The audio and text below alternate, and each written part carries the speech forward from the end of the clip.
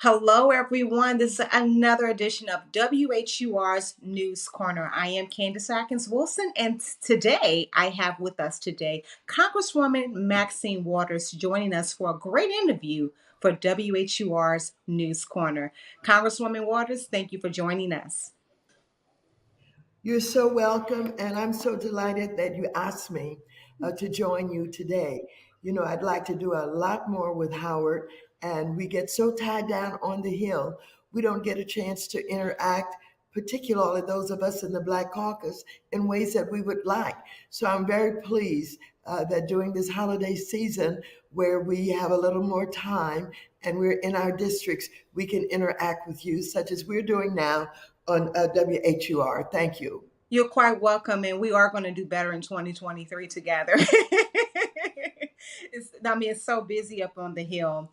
Speaking up on the Hill, Congresswoman Waters, 2022 was interesting for our country. What do you see moving ahead in 2023 with new faces and new things that's happening on the Hill?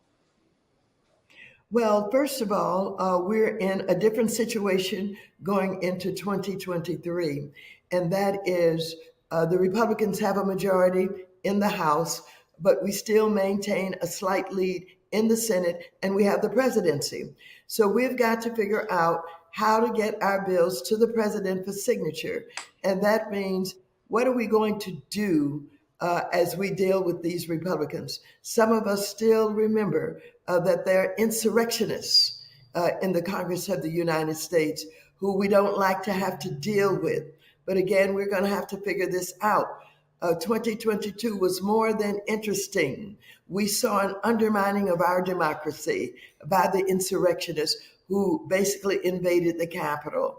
And we saw Nancy Pelosi, the Speaker, put together a committee to explore and perhaps bring to light what happened on January 6th. And they have now finished their report. They've turned it over to the Department of Justice, and that report recommends that there be some indictments, that there was criminal activity. So that's so unusual. Even though we've experienced all kind of racism and conservatism in this country for years, to have those who pretend to be more patriotic than anybody else be a part of supporting domestic terrorists. And there are domestic terrorists, and those who are in the House of Representatives who are supportive of them and who are connected to them. I'm talking about the Proud Boys, the Oath Keepers, QAnon, the KKK. They're all active. They were part of the insurrection.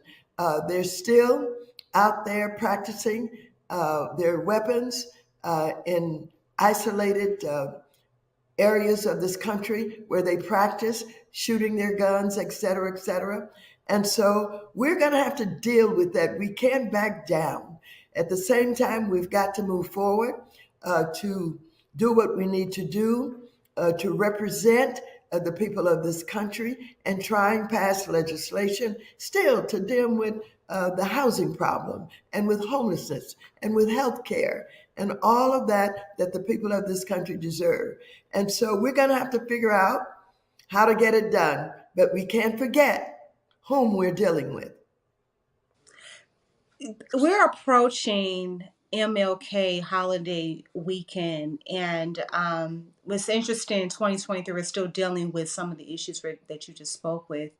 Our theme is yesterday, today, and tomorrow. Excuse me, yesterday, today, and tomorrow, as I mentioned. You've been on the front lines for many years. Share with us, your call to actions as many millennials take the front lines to hold up the justice banner.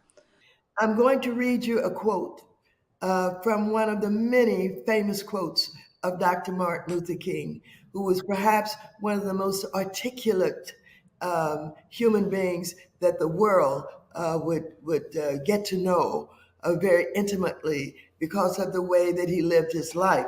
So let me read you this quote that inspires me every day.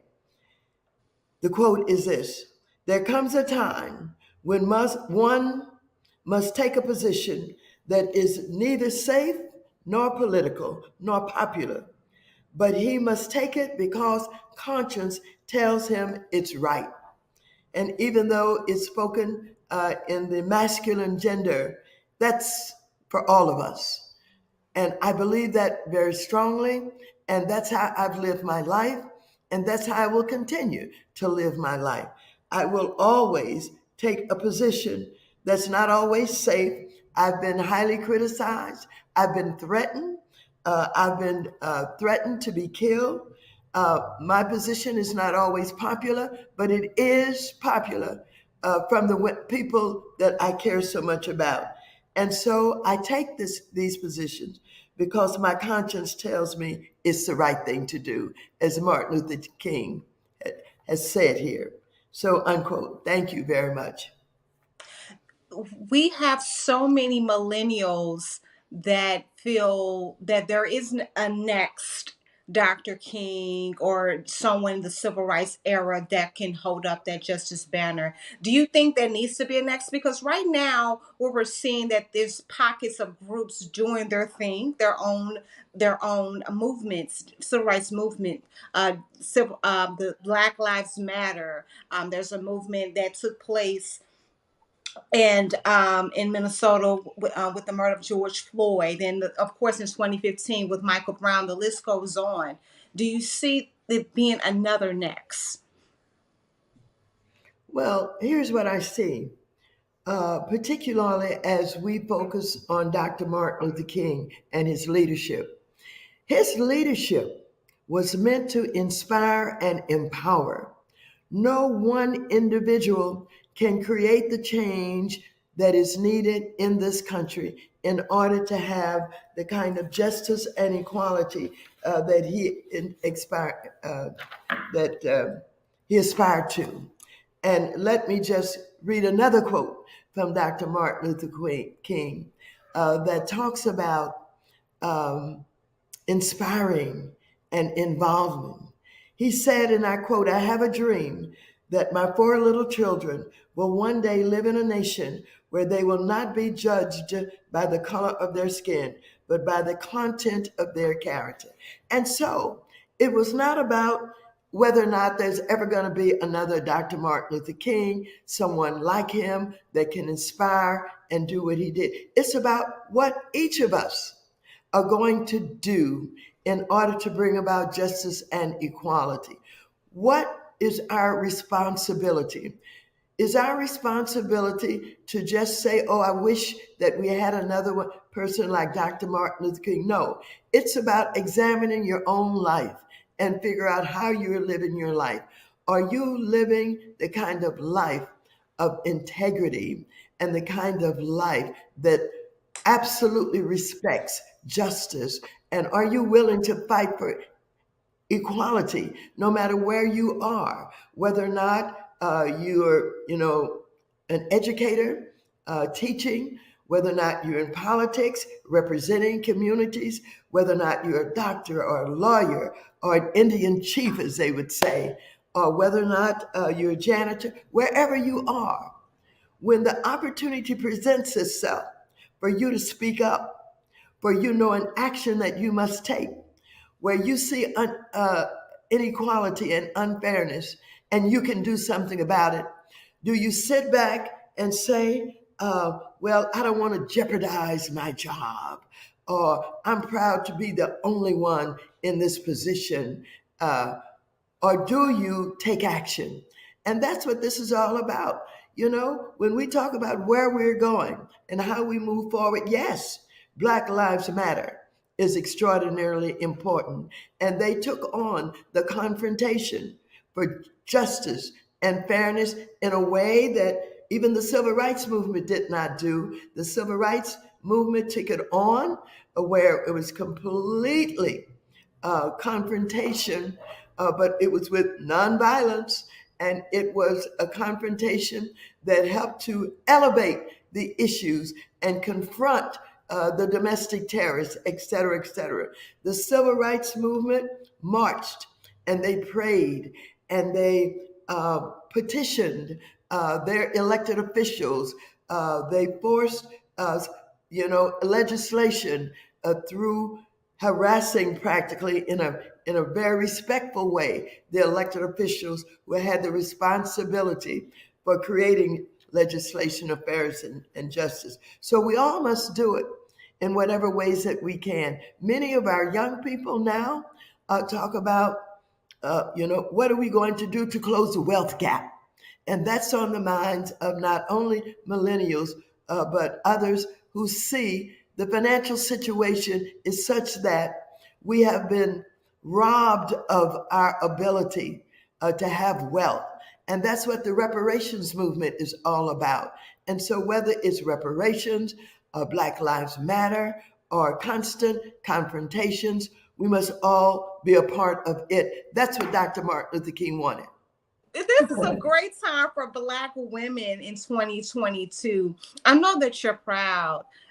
What's your advice to those Black women that are afraid to take the necessary steps to lead and hold up the justice banner? What would you say to that girl and that Black woman in the boardroom? Well, first of all, let me say this. I'm very proud of the leadership that we have seen in recent years from Black women. I'm so proud of like a Stacey Abrams, who literally changed the registration numbers in Georgia. I'm very proud that the city of Los Angeles now has a woman mayor. I'm very proud of the judges that have been elected in the South. I'm very proud that we have Kamala Harris, who is the Vice President of the United States.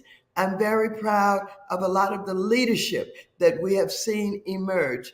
When we get into the financial situation and the financial institutions, we need a lot more support for those women who are in the C-suites, who have managed to get into financial institutions but have not been able to get into the C-suites and be in the management and leadership levels that they should be. That's one of the reasons, as the chair of the Financial Services Committee of the House of Representatives, I created a new subcommittee on diversity and inclusion to focus not only on the public sector, but on the private sector, about how we can move ahead with more representations at the highest levels of financial institutions, and how we can give support to women to be at the highest levels in these financial institutions.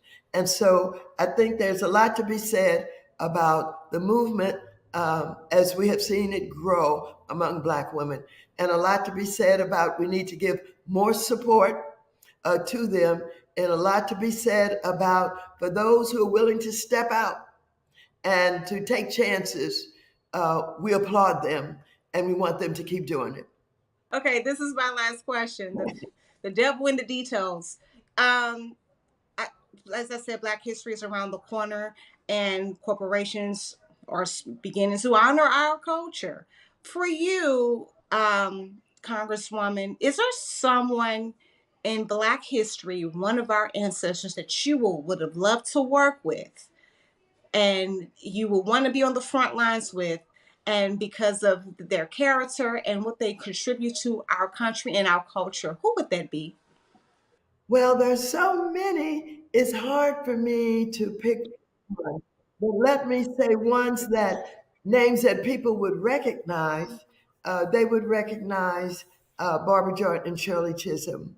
I didn't get a chance to work with Barbara Jordan. I did get a chance to work with Shirley Chisholm. Of course, um, there's in education, Mrs. Hyde, who I so much loved and appreciated for the National Council of Negro Women and the leadership that she provided there. Um, and for women, um, those are some of the ones that come to mind. But as you know, I was with Jesse Jackson in the 1984 and the 1988 campaigns when many Blacks were afraid to step out. He made the sacrifices, he provided the leadership, he absolutely helped someone like Obama to understand what is possible. If there had been no Jesse Jackson, there would be no Obama. And so I've had the pleasure of working with some very strong and very important leaders in this country, North and South. And I'm so appreciative for the life that I've been able to live, working with some of the most important people that have helped to move our nation forward. And so, I think the people that I've worked with sincerely believe Martin Luther King when he said, injustice anywhere is a threat to justice everywhere. Congresswoman Waters, thank you for joining us, and we appreciate you, and we will definitely be in touch in 2023. That is another episode with WHUR's News Corner. I'm Candice Adkins-Wilson. Continue to follow us on all of our social media sites and at WHUR.com. We will see you again.